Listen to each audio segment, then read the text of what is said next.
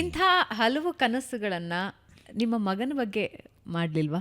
ಮಗನ ಡಾಕ್ಟ್ರ್, ಅಮ್ಮನ ಕನಸನ್ನ ಮಗ ಪೂರ್ತಿ ಮಾಡಿದ್ದ?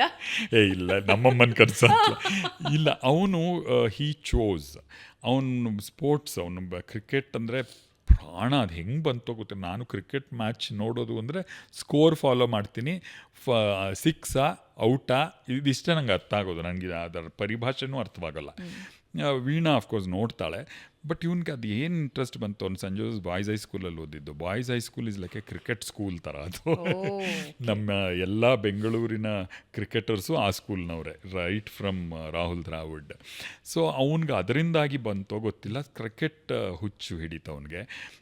ಆದರೆ ಅವನು ಅಗೇನ್ ಪಾಪ ಅವ್ನು ಹೈಸ್ಕೂಲ್ಗೆ ಒಂದು ಬೋರ್ಡಿಂಗ್ ಸ್ಕೂಲಿಗೆ ಹೋದ ಮಡಿಕೇರಿ ಹತ್ರ. ಸೊ ಅಲ್ಲಿ ಅವ್ನು ಮಿಸ್ಡ್ ಔಟ್ ಡಿವಿಷನ್ಸ್. ಆ ಡಿವಿಷನ್ಸ್ ಮಿಸ್ ಆಗಿದ್ದರಿಂದ ಮತ್ತೆ ವಾಪಸ್ ಬಂದಮೇಲೆ ಕಾಲೇಜಿಗೆ ಬಂದ ಇಲ್ಲಿಗೆ. ಆ ಡಿವಿಷನ್ಸ್ ಮಿಸ್ ಆಗಿದ್ದರಿಂದ ನಾನು ಫಸ್ಟ್ ಲೀಗ್ ಮ್ಯಾಚಸ್ ಎಲ್ಲ ಆಡೋದು ತುಂಬ ಕಷ್ಟ ಆಗುತ್ತೆ, but I want to be on the grounds ಅಂತ ಡಿಸೈಡ್ ಮಾಡಿದೆ. ಗ್ರೌಂಡ್ಸಲ್ಲೇ ಇರುವಂಥದ್ದನ್ನೇ ನಾನು ಮಾಡೋದು ಏನೇ ಆದರೂ ಅಂತ ಹೇಳಿ ಸ್ಪೋರ್ಟ್ಸ್ ಫಿಸಿಯೋ ಥೆರಪಿಸ್ಟ್ ಆದ ಅವನು. ಅವನಿಗೆ ಇನ್ಫ್ಯಾಕ್ಟ್ ತುಂಬ ಚೆನ್ನಾಗಿ ಓದ್ತಿದ್ದ ಅವನು. 96% ಅವ್ನಿಗೆ ICSE-ನಲ್ಲೇ.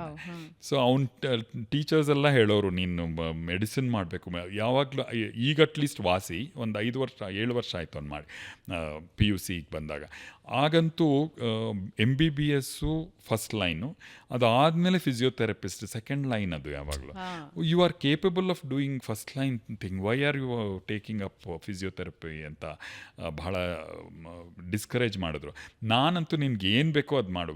ಅದಕ್ಕೆ ಮುಂಚೆ ನಾನು ಹೋಟೆಲ್ ಮ್ಯಾನೇಜ್ಮೆಂಟ್ ಮಾಡ್ತೀನಿ ಅಂತ ಇದ್ದ. ಅವ್ನು ಯಾವುದೋ ಪ್ರೋಗ್ರಾಮ್ ಮಾಸ್ಟರ್ ಶೆಫ್ ನೋಡಿಬಿಟ್ಟು, ಆಗು ನನಗೇನಂತ ಏನು ಬೇಕಾದ್ರೂ ಆಗು ಅಂತ ಮಾಡು ಅಂತ ಎಲ್ಲರೂ ಹಾಗೆ ಹೇಳಕ್ಕೆ ಶುರು ಮಾಡಿದ್ಮೇಲೆ ನಾನು ಫಿಸಿಯೋಥೆರಪಿ ಮಾಡ್ತೀನಿ ಅಂದಾಗಲೂ ಮಾಡಪ್ಪ ಅಂತಿದ್ದೆ.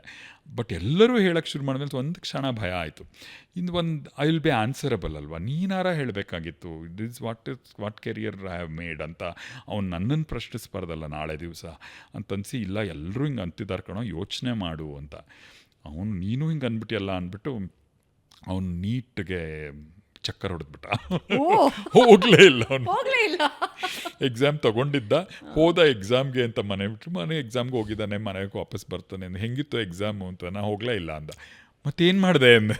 ಹೋಗಲಿಲ್ಲ, ಅಕಸ್ಮಾತ್ ನನಗೆ ಆಗಿ ಸಿಕ್ಕಿ ನೀವೆಲ್ಲ ಬಲವಂತ ಮಾಡಿ ಅದಕ್ಕೆ ನನ್ನ ಮನಸ್ಸು ಬದಲಾಯಿಸ್ಬೇಕು, ಅದೆಲ್ಲ ಬೇಡವೇ ಬೇಡ, ಕನ್ಫ್ಯೂಷನ್ನೇ ಬೇಡ ಅಂತ. ಆಮೇಲೆ ಒಂದು ದೊಡ್ಡ SMS ಕಳಿಸ್ದ ನನಗೆ ಮೊಬೈಲ್ಗೆ, ನೇರವಾಗಿ ಹೇಳಲಾರ್ದೆ. ನಾನು ಕೆಟ್ಟ ಡಾಕ್ಟ್ರ್ ಆಗೋದಕ್ಕಿಂತ ಒಳ್ಳೆ ಫಿಸಿಯೋಥೆರಪಿಸ್ಟ್ ಆಗ್ತೀನಿ, ದಯವಿಟ್ಟು ಅದಕ್ಕೆ ಅವಕಾಶ ಕೊಡಿ. And I am very sure about this and I will definitely fetch A gold medal in this ಅಂತ. ಹಾಗೆ ಮಾಡ್ದೆ. ಅಷ್ಟು ಕ್ಲಿಯರ್ ಆಗಿದ್ದವನ್ನ ಹೆಂಗೆ ನಾವು ಕದಲ್ಸೋದು. ಸೊ ದ್ಯಾಟ್ ವಾಸ್ ನನ್ನ ಮಗಳು ಅಷ್ಟೇ ಸೈಕಾಲಜಿ ತೊಗೊಂಡಿದ್ದಾಳೆ. ಅವಳು ಶಿ ವಾಸ್ ಹೆಲ್ ಬೆಂಟ್ ನಾನು ಇದನ್ನೇ ಮಾಡೋದು ಅಂತ.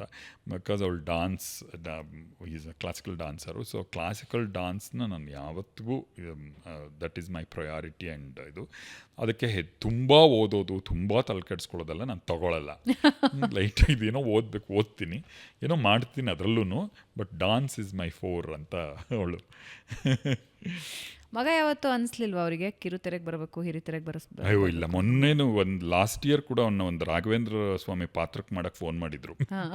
ನಿಮ್ಮ ಮಗ ಮಾಡ್ತಾನ ರಾಘವೇಂದ್ರ ಸ್ವಾಮಿ ಪಾತ್ರ ಅಂತ, ನೋಡೋ ಕೇಳ್ತಾ ಇದ್ದಾರೆ ಮಾಡ್ತೀಯಾ ಅಂತ.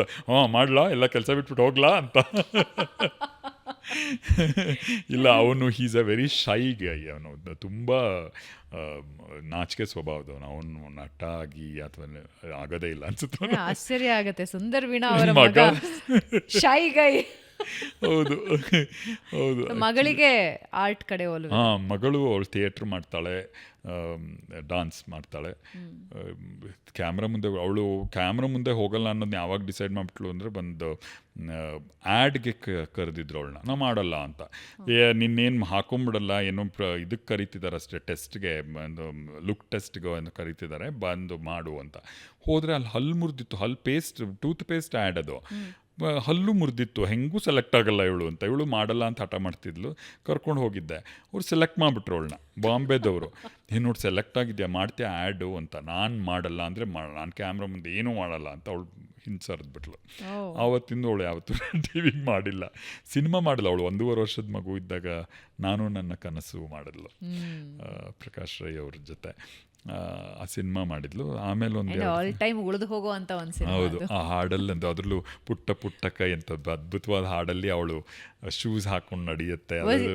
ಎಮೋಷನಲ್, ವೆರಿ ಮಚ್ ಅದಕ್ಕೆ ಅವಳನ್ನ ಆಯ್ಕೆ ಮಾಡಿದ್ದು ಕೂಡ ಭಾಳ ಇದು. ಅವಳು ಅಪೋಸಿಟ್ ಟು ನನ್ನ ಮಗ. ಅವಳು ಯಾರನ್ನ ಬೇಕಾದ್ರೂ ಹೋಗಿ ಮಾತಾಡಿಸ್ತಾಳೆ, ಫ್ರೆಂಡ್ ಮಾಡ್ಕೊಂಡ್ಬಿಡ್ತಾಳೆ, and she will be in contact with them for years. ಹಾಂ, ತುಂಬ. ಅವಳು ವೀಣಾ ಮನೇಲಿ ಬಿಡೋಕ್ಕಾಗದೆ ಅವಳು ಪ್ರಕಾಶ್ ರೈ ಅವ್ರು ಮಾತಾಡಿಸ್ಬೇಕು ಅಂತೇಳಿ ಆ ಸಿನಿಮಾನಲ್ಲಿ ಆ್ಯಕ್ಟ್ ಮಾಡಿದ ಅವಳು. ಅದಕ್ಕೆ ಕರೆದಿದ್ರು. ಇವಳನ್ನ ಬಿಟ್ಟಿರಲಾರ್ದೆ ಇವಳನ್ನೂ ಕರ್ಕೊಂಡು ಹೋದ್ಲು. ಅಲ್ಲಿ ಮ್ಯೂಸಿಕ್ ಕಂಪೋಸ್ ಮಾಡ್ತಿದ್ರು ಹಂಸಲೇಖ ಸರ್. ಇವಳು ನೀಟಾಗಿ ಒಳಗಡೆ ಹೋಗಿ ಅವ್ರ ತೊಡೆ ಮೇಲೆ ಕೂತ್ಕೊಂಡ್ಬಿಟ್ಲಂತೆ ಇವಳು. ಅವ್ರ ಅದನ್ನೆಲ್ಲ ನೋಡಿ ಪ್ರಕಾಶ ಯಾರಿ ಮಗು ಅಂತ, ವೀಣನ್ ಮಗಳು ಅಂತ, ಇವಳನ್ನ ಬಳಸೋಣ ಸಿನಿಮಾಗೆ ಅಂತ ಅವರು ಅವಳನ್ನ ಕಾಸ್ಟ್ ಮಾಡಿದ್ರು ಆ ಸಿನಿಮಾಗೆ. ಇತ್ತೀಚೆಗಿನ ವರ್ಷಗಳಲ್ಲಿ ನಿಮ್ಮ ಮಗಳು ಒಂದು ಒಳ್ಳೆ ಸಕ್ಸಸ್ ಕಂಡು ಅದಾದ್ಮೇಲೆ ಕ್ಯಾಮ್ರಾ ಬೇಡ ಅಂತ ಡಿಸೈಡ್ ಮಾಡಿದ್ರು. ಅಂದರೆ ಒಂದು ಅದ್ಭುತವಾದ ಮೂವಿ ಅದು. ಆದರೆ ಇತ್ತೀಚೆಗಿನ ಯೂತಿಗೆ ಒಂದು ಕ್ರೇಜ್ ಇರುತ್ತೆ ಯಾವಾಗಲೂ, ಸಕ್ಸಸ್ನ ಕ್ರೇಜ್, ಫೇಮ್ನ ಕ್ರೇಜ್, ಇನ್ಸ್ಟೆಂಟ್ ಫೇಮ್. ಇವತ್ತು ರಾತ್ರಿ ಈಗ ನಿಮ್ಮ ಮಗಳ ಪಾತ್ರ ಬೇರೆ ಯಾರೇ ಮಾಡಿದ್ದಿದ್ರು ಅಥವಾ ಆ ಫೇಮ್ ಬಂದಿದ್ದಿದ್ರೆ ದೇ ವುಡ್ ಹ್ಯಾವ್ ಕಂಟಿನ್ಯೂಡ್. ಆಮೇಲೆ ಇದ್ರ ಜೊತೆಗೆ ಇನ್ಸ್ಟೆಂಟ್ ಫೇಮ್ನ ಕ್ರೇಜ್ ಇವತ್ತಿನ ದಿನದಲ್ಲಿ ತುಂಬ ಇದೆ. ಆ್ಯಂಡ್ ಕಿರುತೆರೆಯಲ್ಲೂ ಹಿರಿತೆರೆಯಲ್ಲೂ ಈವನ್ ಇನ್ ಡ್ರಾಮಾಸ್. ನಾನು ಇವತ್ತು ರಾತ್ರಿ ಬೆಳಗಾಗೋದ್ರೊಳಗೆ ಐ ಶುಡ್ ಬಿ ಫೇಮಸ್ ಅಂತ. ಅದನ್ನು ಹೆಂಗೆ ಅದು that is a very very unhealthy development ಅಂತ ಅನ್ಸುತ್ತೆ.